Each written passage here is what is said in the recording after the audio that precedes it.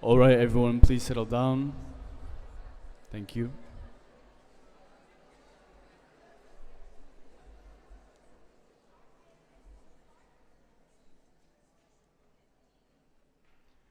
Dear delegates, guests and chaperones, honorable chairs, staff, hospitality, and media teams, Mr. Pateira, Ms. Morgado, the CLEAP leadership team, honorable keynote speaker Ambassador Antonio Martins da Cruz, and, of course, the amazing OPOMUN 2025 executive team that I've had the utmost privilege to be a part of. I'm going to be honest. I know speeches like this can feel like background music, polite to listen, but not exactly why you're here. Trust me, I've been where you are, sitting through countless opening ceremonies, thinking about the debates ahead, or maybe just trying not to zone out entirely. So, I'll do my best to keep this one meaningful. Through my many iterations of this conference, I've come to know that OPOMUN is many things. It's fruitful debates, unexpected alliances, memorable and embarrassing moments like passing your first clause and saying personal pronouns so often that the chair writes a reminder on the board. But the one thing that has stuck to me with the most is the way people with completely different backgrounds, opinions, and experiences somehow manage to connect and build something together. Somehow, that made my mind circle back to an idea, an orchestra. Now, hear me out, I promise I'm going somewhere with this. In an orchestra, you've got a plethora of different instruments, some loud and commanding, like brass, others soft and thoughtful, like strings. And then there's percussion, coming in strong and changing the rhythm altogether just when you need it. But here's the catch. No single instrument can carry the entire performance. You need all of them, playing together, sometimes clashing before they find harmony. And that's exactly what MUN is about. A room filled with different people, all with different voices, perspectives, and approaches. Maybe you're like the brass, confident in your speech, constantly making POIs and sneaking in emotion that the chair has no clue what it's about. That's what we call the bibicos of this world. Maybe you're more like the strings, thinking things carefully in your head before daring to raise your placard or an amendment. Or maybe you're the percussion. You might not speak as often as the others, but when you do, it shifts the whole flow of the debate. Every role matters. When I first started at MUN, I'll admit I was more of a nervous string player. I still remember my heart racing behind that screen, wearing my prom suit with a pair of sweatpants, quaking to raise my online team's hand to make a point of information. But honestly, what I've come to realize is that MUN isn't about having the flashiest speech, winning every argument, or receiving that best delegate award. It's about showing up, being a part of the conversation, and learning something along the way, even if things always go smoothly. And of course, there will be moments where debates go nowhere, when someone completely tears your argument into shreds, making all those prep hours feel like a waste of time, or there's a motion that stuns you completely. But those are the moments where you grow. That's when you get better at thinking on your feet, finding new angles, and maybe improving your humor just a bit. So, over the next few days, lean into this experience. Raise your placard even if your heart's racing. Speak up even if your voice wobbles. Mess up and learn from it. Remember that diplomacy isn't about who talks the loudest. It's about who listens the hardest. It's about asking the right questions, challenging your assumptions, and building bridges where none seem possible. And don't forget to enjoy the other things too. The friendships that form over coffee breaks or committee sessions that stick to this day. The laughter during debates when things get a little ridiculous, and that sense of accomplishment when your resolution finally starts coming together. Those moments are just as meaningful as any formal speech. Because at the end of the day, an orchestra only comes together when musicians listen, not just play their part, but to understand how they fit into something bigger. It's not about who speaks the most or wins the most arguments. It's about knowing when to push forward, when to step back, and so on. There is no one waving a baton, telling you exactly how things should go. Instead, it's up to all of us, finding a rhythm, sometimes clashing, sometimes harmonizing, but always shaping something that none of us could on our own. That's where diplomacy begins. That's when you stop being just a delegate with a placard and start shaping something real.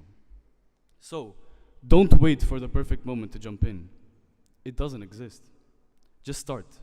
Argue, rethink, mess up, and keep going. That's how the best delegates and the best music come together. And on a note, I welcome all of you to OPOMUN 2025.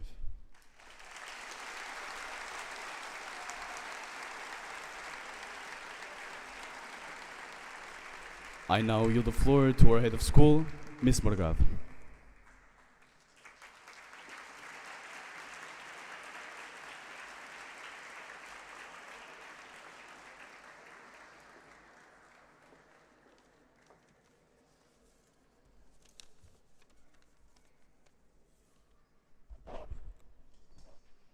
Good morning. Dear delegates, chaperones, distinguished guests, it is CLIP's greatest pleasure and honor to host OPOMUN 2025. We are particularly delighted to welcome all the participating schools. We are also immensely privileged to see your enthusiasm to debating some of the most challenging and tough issues of today's world, which echoes your pledge to international cooperation and multilateralism. The agenda you have set for this conference is noteworthy and not only produces a deep understanding of the interconnected challenge we are living, but also identifies the need for the world to reconsider how to work together to ensure a more equitable, sustainable, and fair world, supporting the principles of the United Nations. Dear delegates, this is the place and time to unite forces and seek for solutions. You have the chance to prove it is possible to work together to overcome the threats the world is facing. Take full advantage of this unique experience to express your convictions and show your determination to intervene and make the difference. We should make 2025 a new beginning, not as a world divided, but as nations united. Never giving up in calling for peace, a peace grounded on values, the UN Charter, international law, including international humanitarian law, and the principles of supremacy, political independence, and the territorial integrity of states, to invoke the words of the United Nations Deputy Secretary General António Guterres. Dear delegates, thank you for participating. A personal code of ethics, respect for diversity of opinions and culture, and empathy for others are the key features of diplomacy. We are true believers that good reasoning, wisdom of words, and fair communication are behind the integrity of diplomacy. Ms. Secretary General, Mr. Deputy Secretary General, logistics, hospitality, staff and media teams, chairs and co-chairs, thank you for the 18th edition of OPOMUN.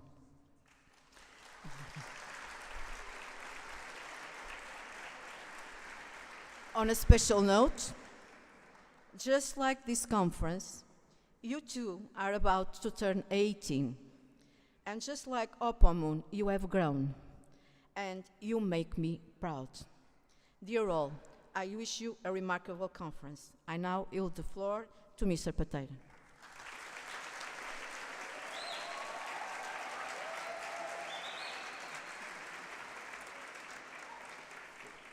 Thank you, Ms. Morgado.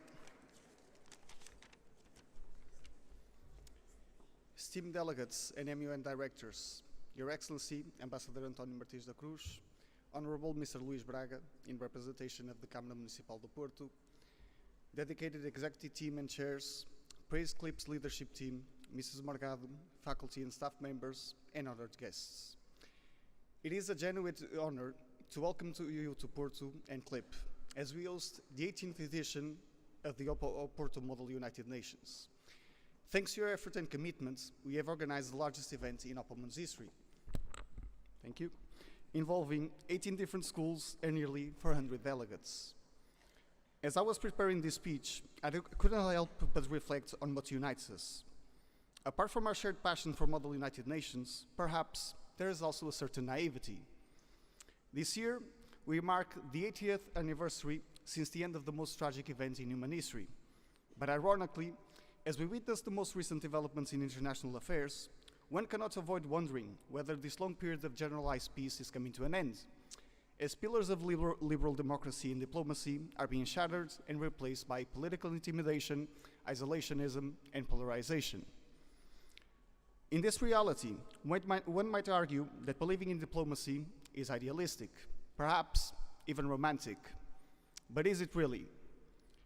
As I witness your drive and determination to be part of the solution, I am convinced that rather than being naive, we are the silent majority. The silent majority to whom no compromise is unreachable. The silent majority to whom debate is the backbone of decision making. Be the silent majority that dares to make a difference.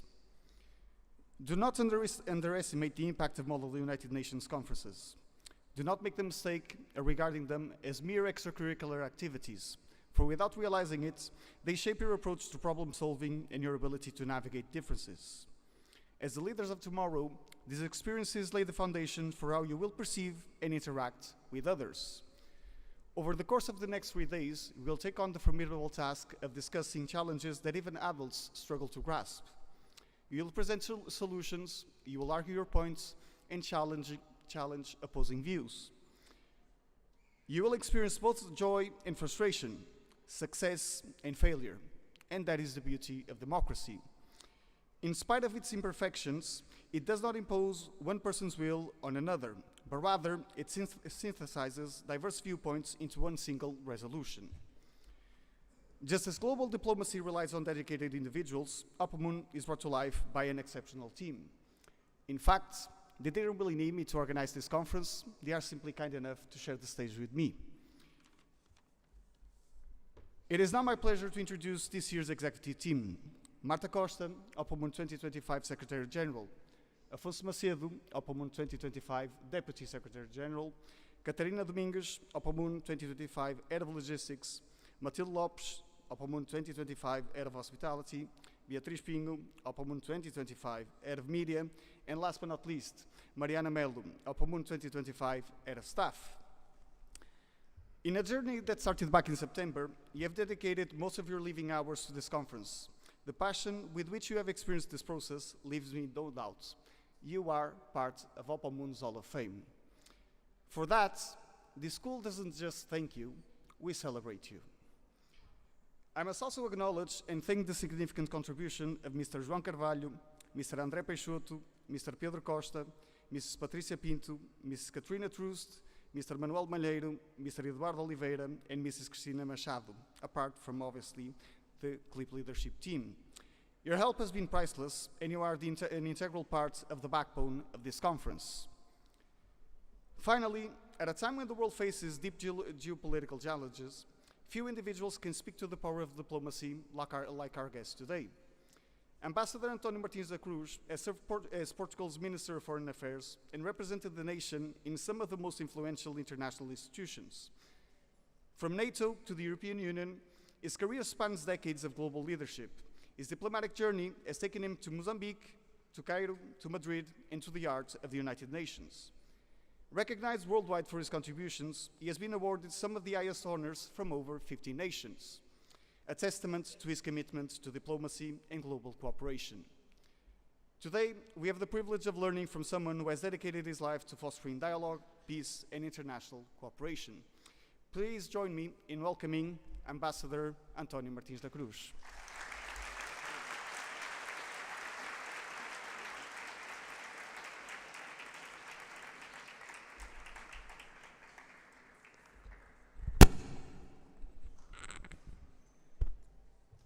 Good morning. I'm António Cruz, and I'm supposed to be here today to talk to you about diplomacy and the United Nations. I would like, first of all, to thank the invitation to be here today, to thank, of course, the Oporto International School and the OPOMUN executive team. Thank you very much for the invitation. And I would like also to extend my congratulations for this initiative, which I believe is very interesting and very important. As Mr. Pateira told you, I was diplomat for almost 40 years and spent part of my career in the United Nations. A short period, about 1 year in New York. I was in New York in April '74. Was an important date in Portugal because it was our change to a democratic system, and I spent 6 years working in the United Nations in Geneva. Uh, I'm going to try to share with you my experience on multilateral diplomacy, and I think that what interests more to all the delegates here today. On nowadays, and it's very interesting because in our days, the business advisors would like to underline to candidates, especially would like to work to multinationals, choose the company, not the job. And it's very interesting because in diplomacy, we choose at the same time the company, that means our country, and the job, that means to be a diplomat. Let's take a look at the world today. Probably, if you look at the news this evening at your favorite TV channel, I imagine that there are few main issues. Probably three would be in the news this evening. The new Trump administration and the risks for the world with the Trump presidency, if there are risks. The Gaza and the conflicts in the Middle East, and probably the Ukraine war.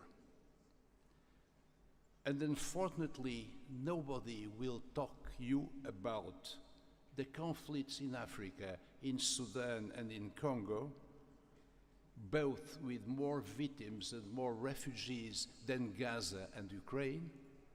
Nobody will talk about the role of the United Nations to promote peace and stability in all these different conflicts. And probably nobody will talk about the consequences of the retreat of the USA from the Paris Climate Agreement and from the World Health Organization. Just three news, positive, and three no news. Why we need to think about this and why it happens? Probably for two reasons. First of all, because the news must follow what happens during the day.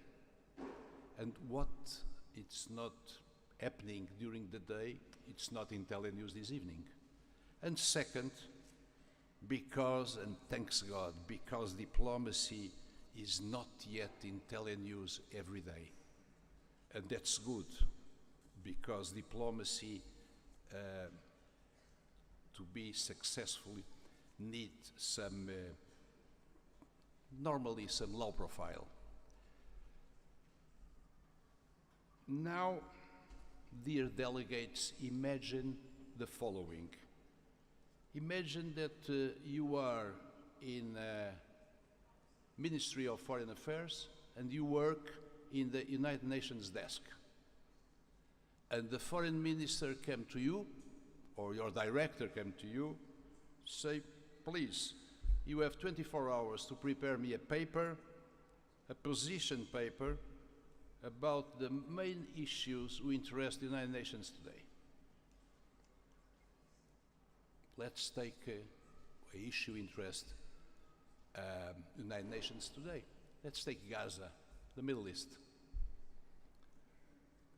Your paper could include several points.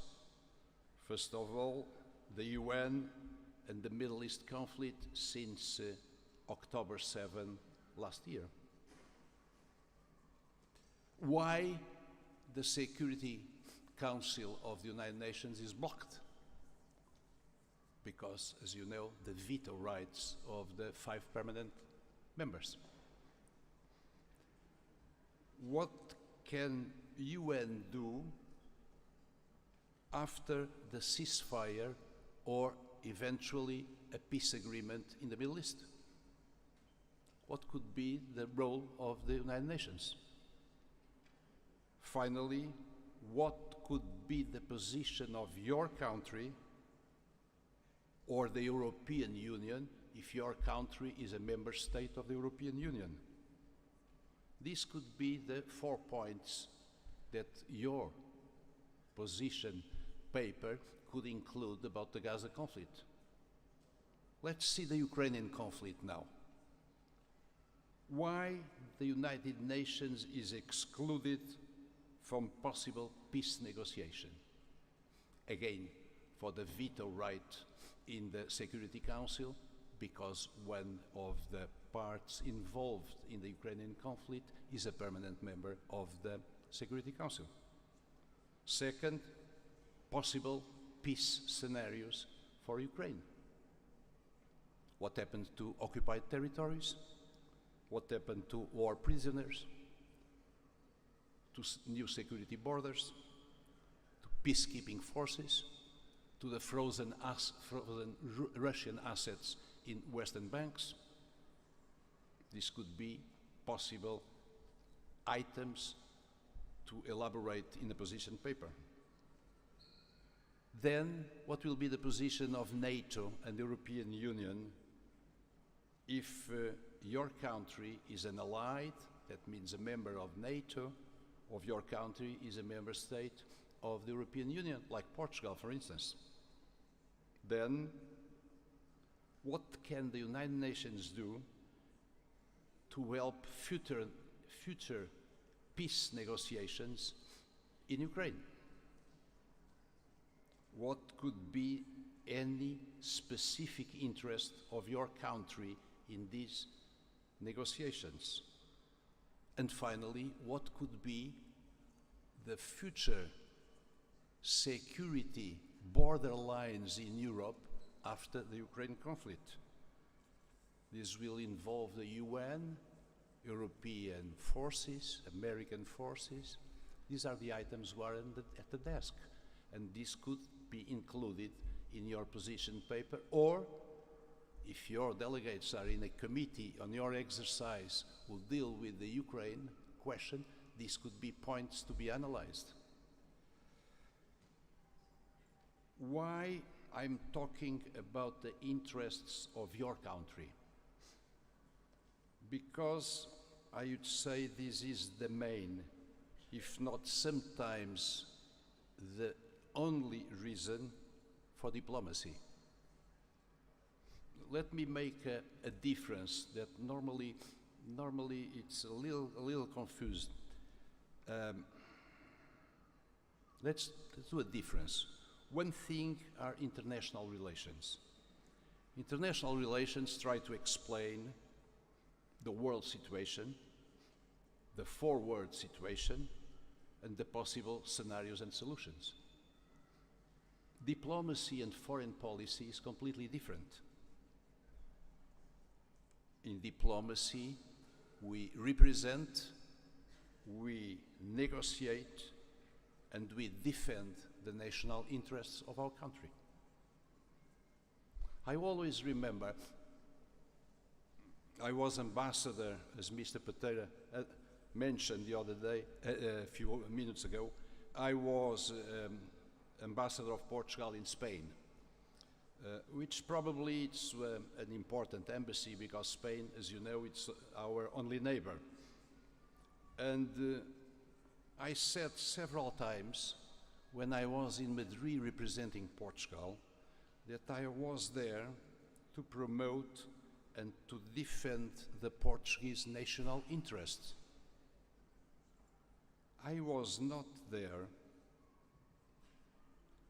to defend the political, the economic, the strategic, the cultural, the different Portuguese interests in Spain.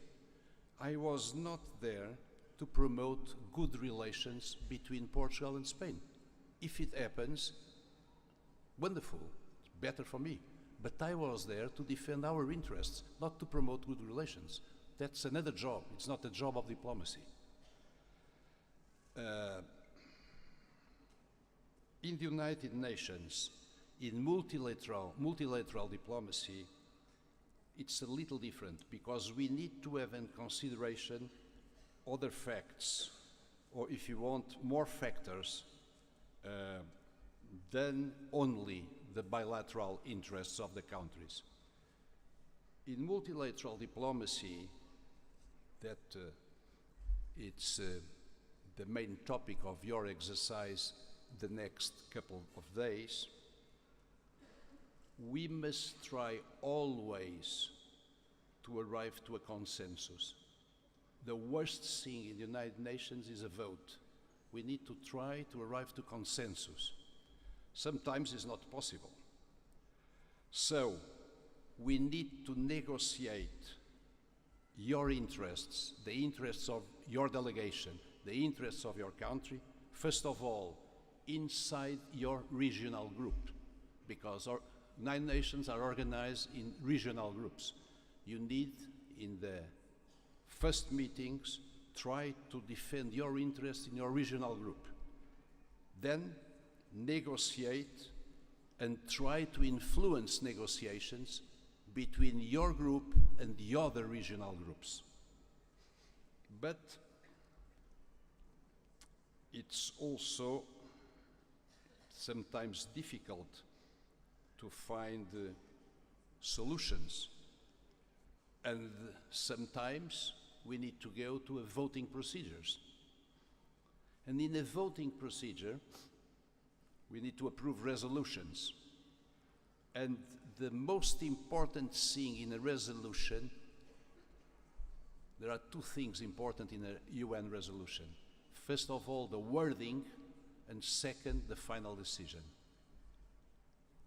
Be very careful, because the wording is very important, because this could allow or reflect a correct interpretation of the interests of your country. And probably you need to have in consideration the following. Sometimes a shadow zone is essential in a resolution, because a shadow zone in the wording of a resolution allows the interpretations that you want to defend the interests in your committee or the interests of your country.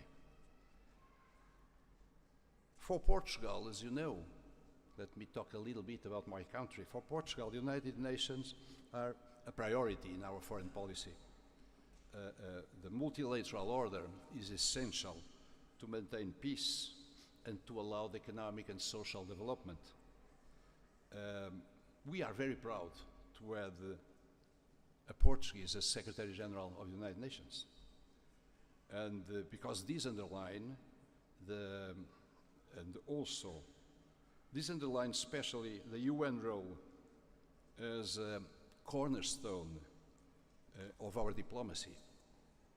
Portugal, as you know, is candidate in the elections next year for non-permanent member of the Security Council of the United Nations, and we hope that the fact that the Secretary General is Portuguese could help us a little bit, not him directly, of course, but the image he reflects of the Portuguese position in the United Nations. But United Nations, you need to have this in consideration in your exercise, is not what we call today a game changer. It's not. United Nations, especially for a country like Portugal, or a country of the dimension of Portugal, is a guarantee of peace, of stability and development. With all these organs, the commissions, the specialized agencies, the specialized organization, the UN is also for us, for our foreign policy, an important loudspeaker, because the UN allowed us to underline in all the world, in front of delegates of all the world, the positions of our foreign policy and the positions of Portugal. And this applies, of course, for other countries of our dimension. This will be, my dear delegates, I believe, my last word and my recommendation for your exercise in the next days. See the multilateral diplomacy, look to the UN as a unique opportunity to contribute to world peace, to the development, and to profit the system of the UN to defend the positions of your country, to defend the positions of your regional group, to defend the positions you had in the committees where you are going to sit in the next couple of days. That's what I'm sure tomorrow, if you are diplomats, that's what your country expects from all of you. Thank you very much.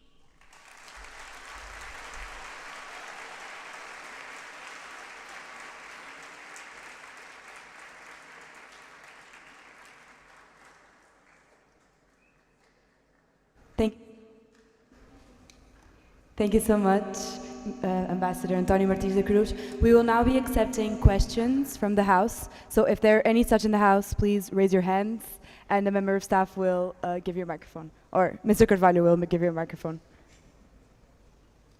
Over here in the front.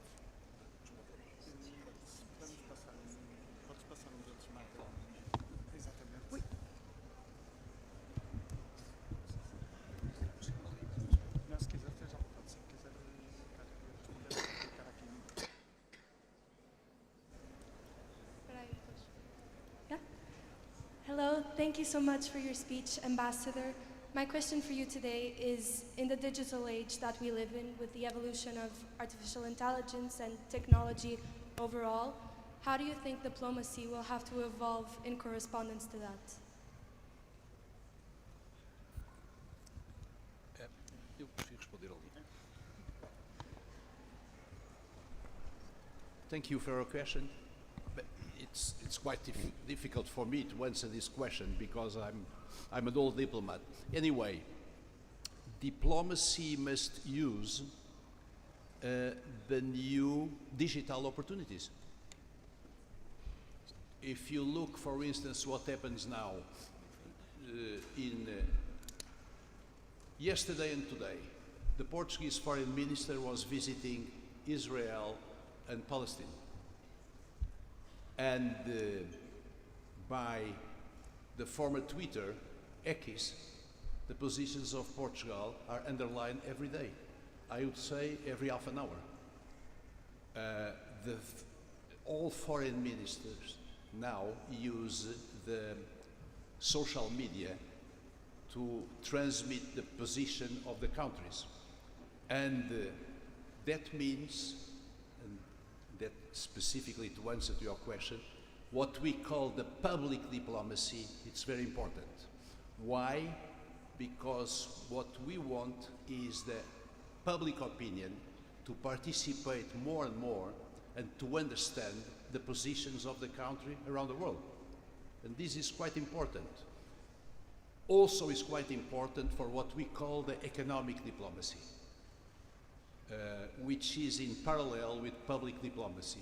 In our days, economic diplomacy is probably growing every day because we need to help the companies, the business of our country to export more, to export better, to participate more in international consortiums, to be, as we are integrating in the European Union, to grow the power, the economic power of the European Union, and to help our companies to participate in this development.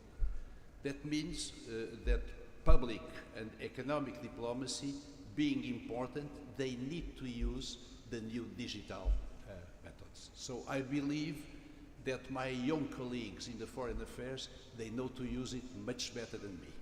Thank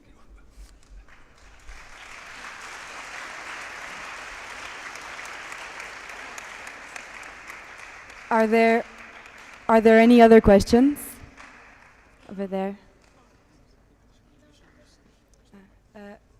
Over here in the center, Rafaela.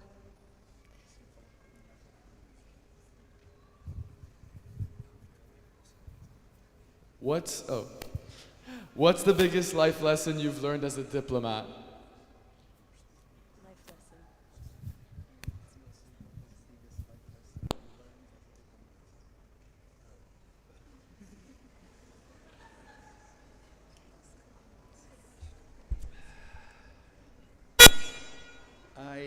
thank you for your question.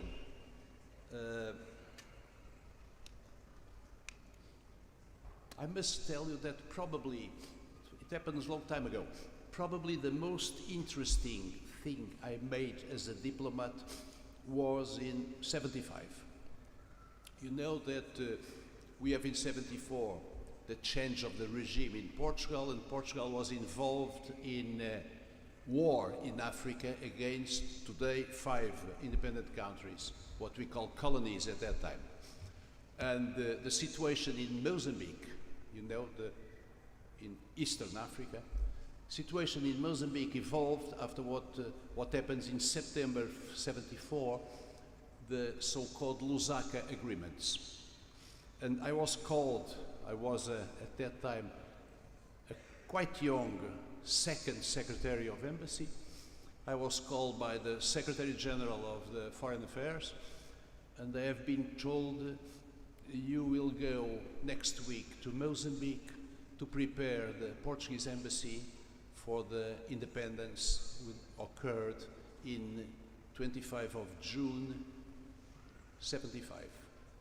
So they gave me 8 months to prepare the Portuguese embassy, and they asked instructions. They say, we don't have instruction. We need to have an embassy and 2 or 3 consulates where travel a little bit. When you believe there are Portuguese, you propose and we open a consulate. I was 26 years old and it was fascinating. So I bought a building of 16 floors to be the Portuguese embassy in Mozambique. It's still the biggest embassy of Portugal in all the world. And I was, until the independence, foreign affairs advisor of the last Portuguese governor, was an amiral, member of what we call at that time the Council of the Revolution. And he asked me why we need an embassy of 16 floors. And I told him, with the positions we can have at 26 years old, I told him, Amiral, we have been here in Mozambique 500 years. We need to have the American embassy, not the Americans. That was the most important time I remember in my life. Thank you.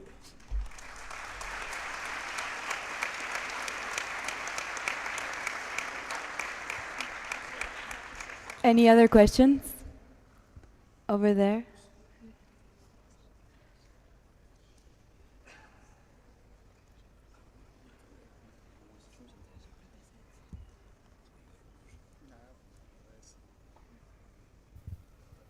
Do you have any good tips for us delegates to better defend our country's position?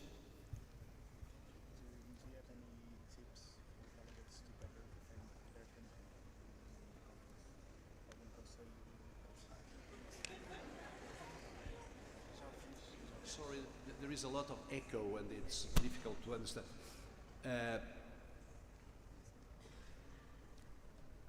You know, in the United Nations, you must have a very clear idea what are the priorities of your country. That means you are in a committee and we have an agenda in the committee and you can choose 1 or 2 priorities. Don't choose too much. You can have 1 or 2 priorities. And this will be, for you, the most important thing, to defend your priorities and to justify the priorities. Trying to articulate inside your committee and in negotiations with other committees. But because if we choose in the United Nations 6, 7, 10 priorities, we will lose. We can win if we have 1, 2 priorities, no more than this. But we can negotiate. You can propose 2 or 3 priorities in your first approach, having in mind that you can skip one or two priorities which are not real priorities and to defend what is important for you. But you need to negotiate. Don't forget that multilateral diplomacy is like our parliament. There are different political parties, and to approve a decision, to approve a law, we need a consensus. And if it's necessary, a vote. So you need to for instance, the most important case for Portugal in the United Nations was East Timor. Portugal maintained East Timor in the United Nations. You know that Indonesia troops invade East Timor in '74, end of '74. And until the independence of Timor in 2003, Portugal maintained the East Timor case in the United Nations with one priority, is to arrive to the independence of East Timor. And of course, having in mind that we need to protect the human rights and to protect the population of Timor.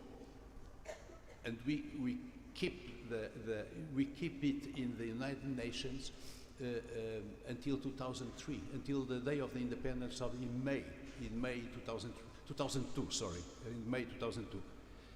But we cannot have too many priorities when we discuss a resolution or when we propose a solution inside our group or in negotiating with other groups. So do it carefully. You can have one or 2 points to make concessions during the negotiations, because it's always good to do concessions. So you need to elaborate the priorities very carefully. That will be my advice.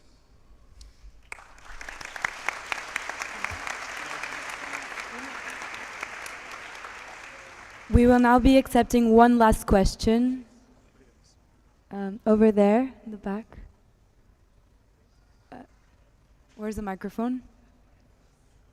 Oh, okay.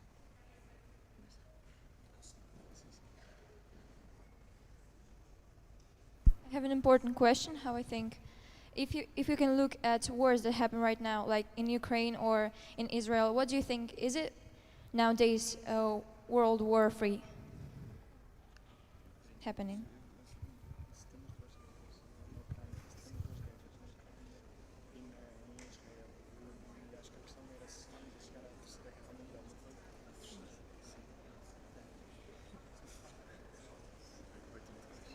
Okay, we have two crises, the Middle East and Ukraine.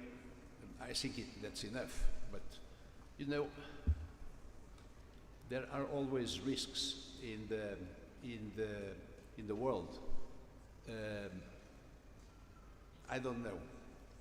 I know the following. Apparently, the new US administration want to promote quickly the peace in Ukraine. And to arrive to a solution in Ukraine, probably both parties need to do concessions. And this will be difficult to negotiate. We don't know if they are not yet negotiating, for one reason. You don't remember, but I remember quite well in the 60s, finished in '75, the Vietnam War, where the United States were involved. To finish the Vietnam War, the National Security Advisor of the US at that time was Mr. Henry Kissinger. And Kissinger talked in Paris with the Viet Cong in secret negotiations during months. Nobody knew.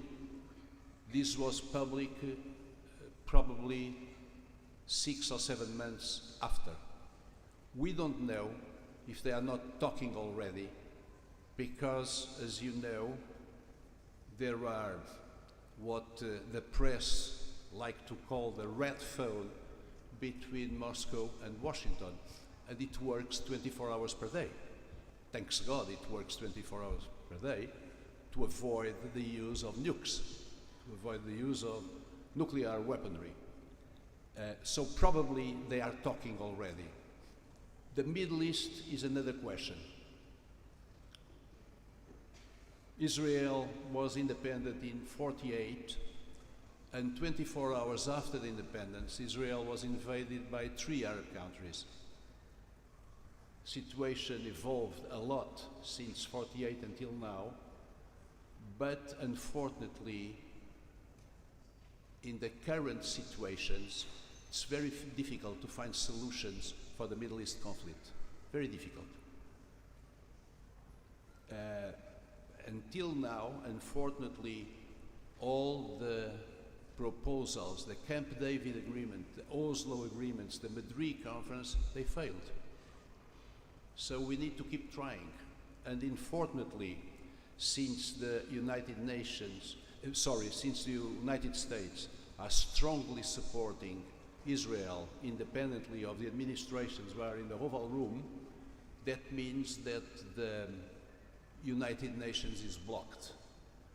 Because as you know, every time that there is a draft resolution in the Security Council against the interests of Israel, the US uses veto right. So we need, unfortunately, to find solutions outside the United Nations. But the United Nations must be kept involved in looking for solutions for the Middle East, because we have especially the strong problem of the refugees, who are millions of refugees, not only in the Gaza Strip, in the West Bank, but also in the Arab countries around Israel, that need to be supported by the specialized agency of the United Nations. So the United Nations must be involved. Other conflicts, I hope not, but we need to be ready for everything, because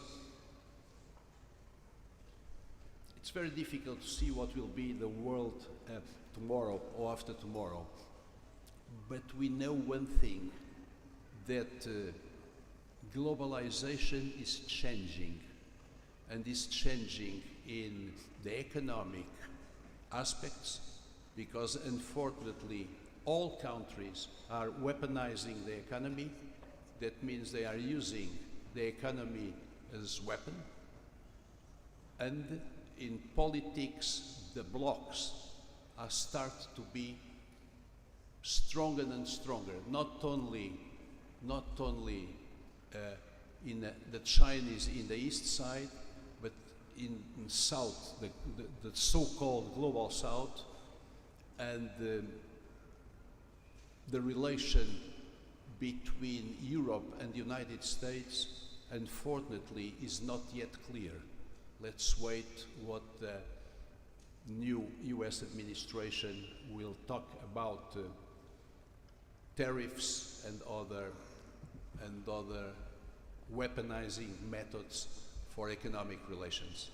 So we need to be prepared, but we need especially, my dear friends, we need especially to believe that the United Nations are essential to keep the stability, to keep the peace, and to keep the development. And I believe this must be the main goal of your exercise in the next couple of days. Thank you.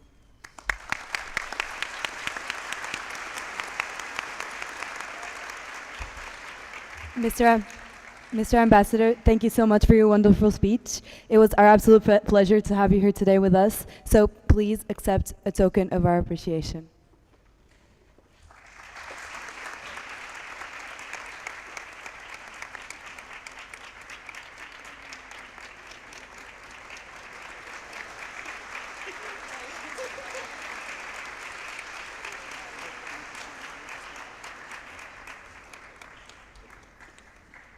We will now like to call up the committee chairs for committee chairs presentation. So starting with the Security Council, Guilherme Tinoco, Maria Luisa Varela and Inês Mendonça. Historical Security Council, Mariana Moreira, Maria Peçanha and Mateo de Marzo. International Court of Justice, João Rodrigues, Yasmin Melo and Peter Yatsenko. Economic and Social Council, Carlota Coutinhas, Francisca Vilaça, and João Diogo Lopes. The Human Rights Council, Bia Pereira, Eugênio Neri, and Francisco Paes.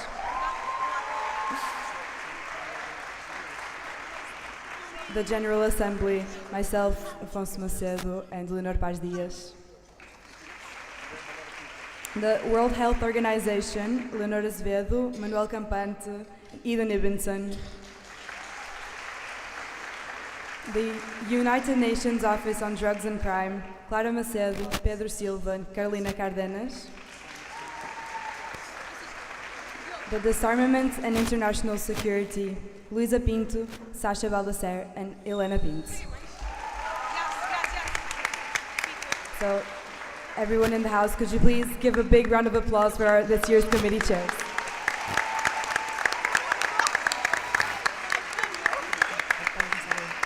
You can now return to your seats.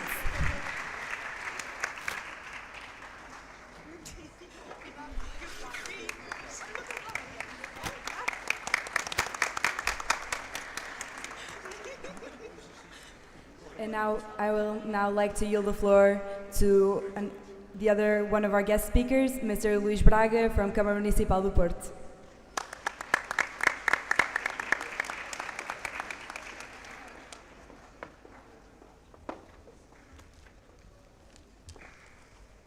Good morning, everyone. It is with great pleasure that I welcome you all to the most beautiful city in the world, Porto. As a representative of the municipality, specifically of the Municipal Youth Division, it is an honor to stand before such a diverse and talented group of young leaders, each of you bringing unique perspectives and share the passion for diplomacy, debate, and global cooperation. First and foremost, I would like to extend my deepest gratitude to the incredible team behind this event, to the organizers, staff, keynote speakers, volunteers, and everyone who has contributed to make OPOMUN 2025 a reality. Thank you, and congratulations for your dedication and hard work. It is my second time representing the municipality here at OPOMUN, and I came to realize that it's more than just a Model United Nations conference. It is a platform for growth, a space of collaboration, and a forum for developing solutions to some of the world's most pressing issues. Beyond the conference, we invite you to discover what Porto has to offer. Our city is known for its rich history, stunning architecture, and welcoming atmosphere. With this in mind, I am delighted to introduce you to the Study in Porto initiative. This project is a digital platform, and bear with me, I would like you to invite for you to raise your mobile phones and check the QR codes in the first, yes, please accompany me here. Well, this platform was designed to promote Porto as an excellent destination for studying and research. It is aimed at both national and international students like yourselves who wish to study in Porto, helping them integrate smoothly into the city. You can pass to the next, yes. This is what we do, what we want to implement with this platform. Please. Again, please, sorry. How? We provide a set of useful information for decision making during the City Universal selection process, if that is your case. You can find here some menus. Obviously, we want to extend the educational offer here in the city. You can find it in the sub-menu study.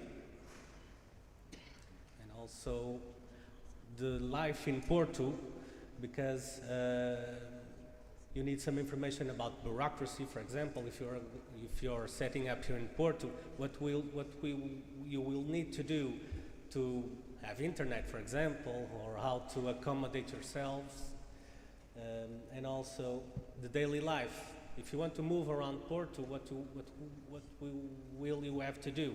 You have to go to metro or by bus, etc., etc. And you can find some more information in the city map that we provide and some news from our own Porto website portal, from news that are daily updated. I've sent a video that I would like to show you about the website experience. It's quite self-explanatory. I don't know if it's possible to show. No? It's the website. No, okay, no problem. You can find it for yourselves in YouTube. Just search "Study in Porto website experience." Well, my final message: whether you are just beginning your academic journey or looking for an enriching international experience, Porto is a city that welcomes students with open arms, providing not just education but a vibrant and inspiring lifestyle. I hope you get the chance to know Porto a little bit better. As you embark on this journey over the next few days, remember that diplomacy is not just about debating policies. It is about understanding different perspectives, forging connections, and working together to create a better future. Your voices matter, and the ideas you bring to the table have the potential to make a real impact, whether we are speaking on a local, national, or global level. Once again, welcome to Porto. We are thrilled to have you here, and we hope you get the most of our vibrant city. You're welcome to come back every time. Okay? Thank you very much. Why stay when you can get up, breathe in, and go? If you ask me, I think you only stay where, when, and if you're free to go. Anywhere, everywhere, somewhere. Somewhere you can be amazed in so many different ways. A smile that welcomes you, the view that embraces you, and the ideas that get under your skin. Old and new, quiet and stormy, big things and small details, changing colors, bold tones, bright spirits. I can go on and on. And so can you. You can go anywhere. And that's why you stay.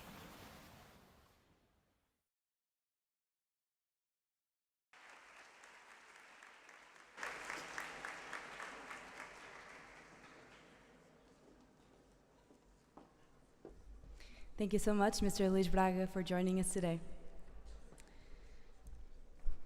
Esteemed delegates, chaperones, MUN directors, OPOMUN executive team, committee chairs, staff, CLIP leadership team, honorable keynote speaker, Ambassador António Martins da Cruz, Mr. Luís Braga, online viewers and guests.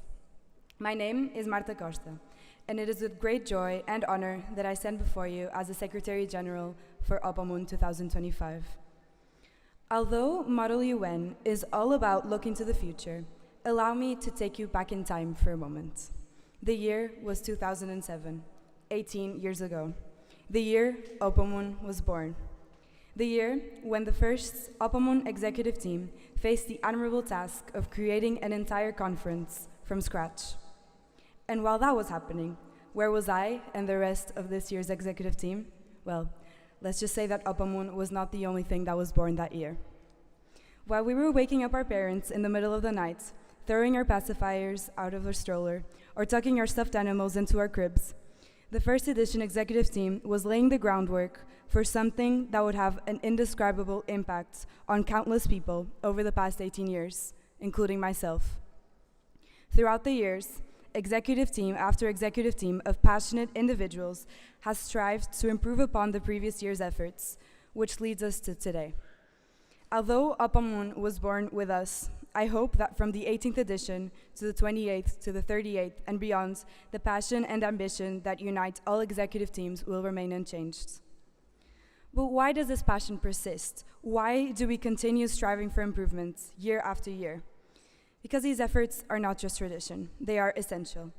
This is not a waste, this is not a sacrifice, but an investment in the future, not just of this group of students, but the future of our world. Conferences like MUN are necessary. It is much more than just debates. It is an unparalleled opportunity to step into the shoes of global leaders, to understand different perspectives, and to craft solutions that could one day be applied in the real world. Some of you may have been assigned a powerful nation. Others might have received a country with little geopolitical influence, perhaps even a country whose policies you personally disagree with. But therein lies the beauty of MUN, learning to represent interests beyond your own, to advocate with conviction, and to find common ground even when none seems possible. If you can do that here, you can do it anywhere. In MUN, delegates are not just future leaders. Delegates are the leaders of today, shaping the discourse that will define tomorrow. While the clauses you will pass in the coming days may not be legally binding or directly influence today's political landscape, it's important to remember that, in contrary to common belief, we are in the real world. Your actions and discussions today are laying the groundwork to creating meaningful change in the future. However, for all of this to be possible, for us to not be wasting our time here, dear delegates, we must think different. We are a young, idealistic generation with the potential of building the bridge between the idealism and the realism, confronted by a political landscape in which many have abandoned diplomacy, saying that it is futile, saying that it brings with it failure and stalemates, saying that it is the opposite of progress. This is because when they look at the diplomacy of the present, they see a pattern of ineffective dialogue and broken agreements among leaders, where negotiations lead to little more than empty promises. Yet, we must not let this disenchantment dictate our future. Instead, it is our responsibility to shift this mindset and redefine what diplomacy means in our time.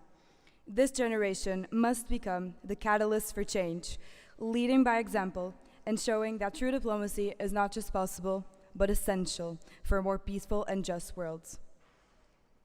We see the importance of diplomacy everywhere. The Paris Agreement, for instance, despite its challenges, remains a beacon in climate action. Even in moments of deep crisis, such as the COVID-19 pandemic, global cooperation enabled the rapid development and distribution of vaccines. These examples show that diplomacy is not just a theoretical exercise. It is a transformative force capable of changing our world. And it all starts with conferences such as Model UN. On an unrelated note, I would like to thank some people without whom this conference would not have been possible and deserve credit where it is due. Thank you to Mrs. Morgado, Dr. Francisco Marques, Sr. Manuel Malheiro and Sr. Oliveira from Maintenance, Cristina from the Copy Center, Mr. Militão, Mr. Peixoto, Mrs. Pinto, Mrs. Truss, Bruno and Ricardo from the IT department, and Fernanda and Rita from the Business Office. Thank you. Thank you.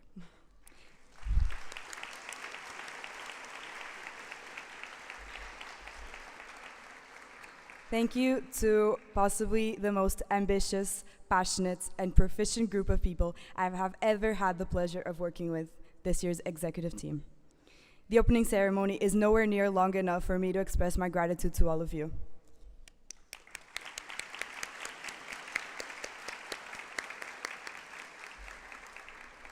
Thank you to our MUN director, Mr. Poteira. For those who may not be aware, this year's OPOMUN marks Mr. Poteira's first conference in this role. So, first and foremost, thank you for embracing this role with open arms and for allowing us to continue providing a platform for meaningful debates. These past few months have been a valuable learning experience for all of us. Thank you, Mr. Poteira, for dedicating so much of your free time to support us and for always being just a message away, whether it's during school days, afternoons, evenings, or weekends. Your support has been crucial during our moments of uncertainty, and I truly appreciate everything you've done for us and the project.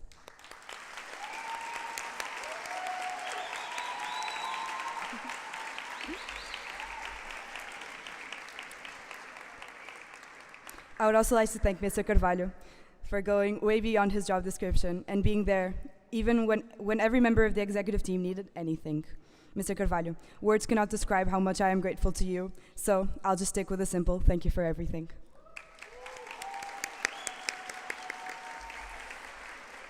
Lastly, thank you to the delegates, chaperones, committee teams, staff, and guests for being here today.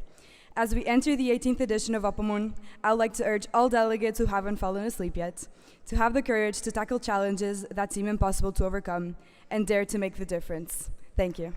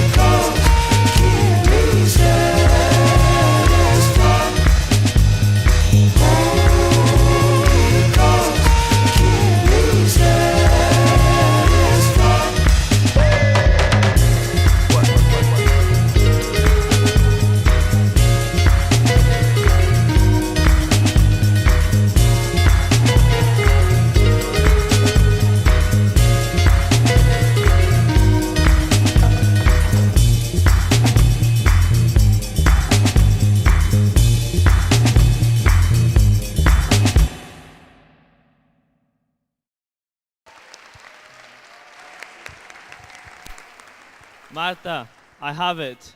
Oh.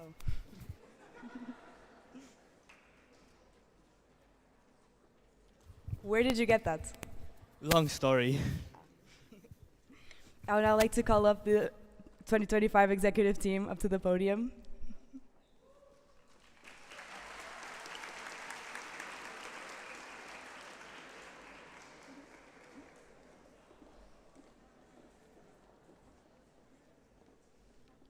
And we would now like to declare the 18th edition of OPOMUN officially open.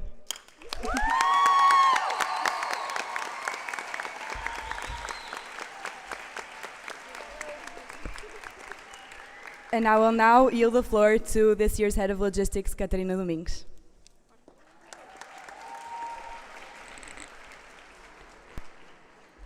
Thank you for the introduction, Marta. Good morning, delegates. Please bear with me while I go through all the logistics for the following 3 days. Today, the conference will be here at CLIP. The remaining 2 days, it will take place at the Hotel Porto Palácio in Avenida Boa Vista. You will find the schedule of the 3 days in your tote bags if you want to see the times at which the days will begin and end and the committee sessions. You will be provided with lunch at our canteen today on both the east side and the west. ECOSOC, HR, ICJ, SC, and HSC, along with chaperones and guests, will have lunch at the West Side Canteen. DISEC, UNODC, and WHO at the East Side, along with everyone with dietary restrictions, including vegetarians, as you will have personalized meals for each one. Each person with restrictions is responsible for asking for their plates when they get to the canteen line. Coffee breaks will be staggered, as shown in the schedule, in the same groups of lunch. Your chairs will let you out when it is time for your coffee breaks. For people with dietary restrictions, coffee breaks will be personalized to you also, and for today, you are responsible for asking for your individual bag. Tomorrow, at the end of the day, you will have a social event at Alfândega, a beautiful historical building at the Douro River side. It will start at 8 and end at 11, and the dress code is cocktail. You can see more information about that in the OPOMUN website. There will be finger food, but we advise you to eat beforehand, as there will not be a full dinner at the social event. You may remember pre-ordering merch about a month ago. Well, you have today and tomorrow to pick it up and pay if you didn't already at our merch stand. If you don't, until the end of tomorrow, your hoodie will be for sale and you will lose your pre-order. Please be reminded that Friday, EcoSoc and HR will join to form the General Assembly. The remaining committees will stay the same for the duration of OPOMUN. The committee sessions rooms are as followed: EcoSoc and HR at amphitheaters 1 and 2 respectively. HR will be at W201, SC will be at W201, HSC at W205, and ICJ at W206. WHO will have its sessions in the auditorium, DISEC at W110, and UNODC will remain here. Chaperones have their own lounge in W207, but you are free to go around the committee rooms. Now, delegates, when I call your committee, please follow your chairs to each respective rooms. EcoSoc first.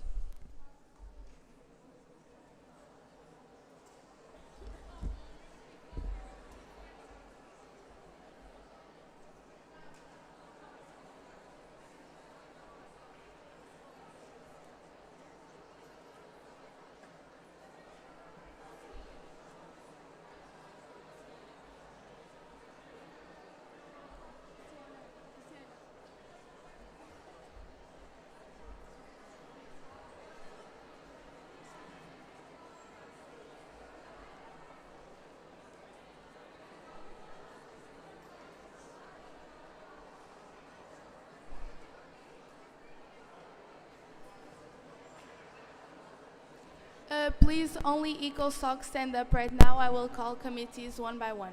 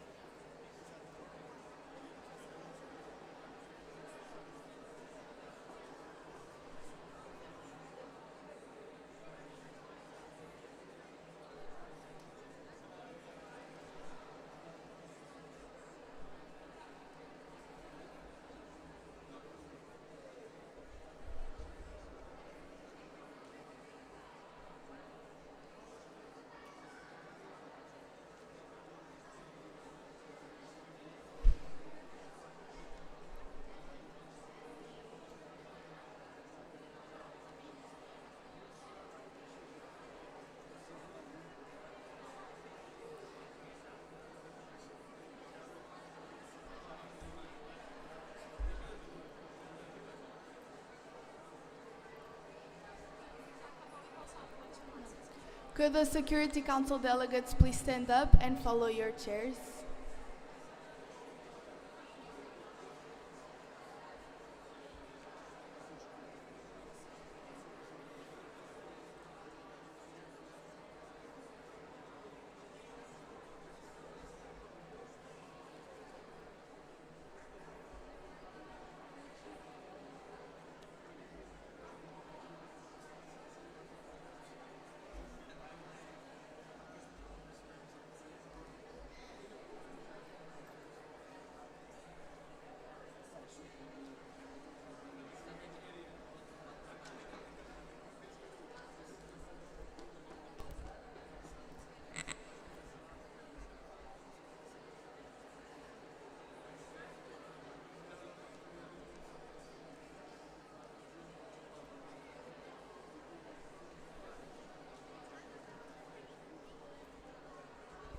WHO next, please.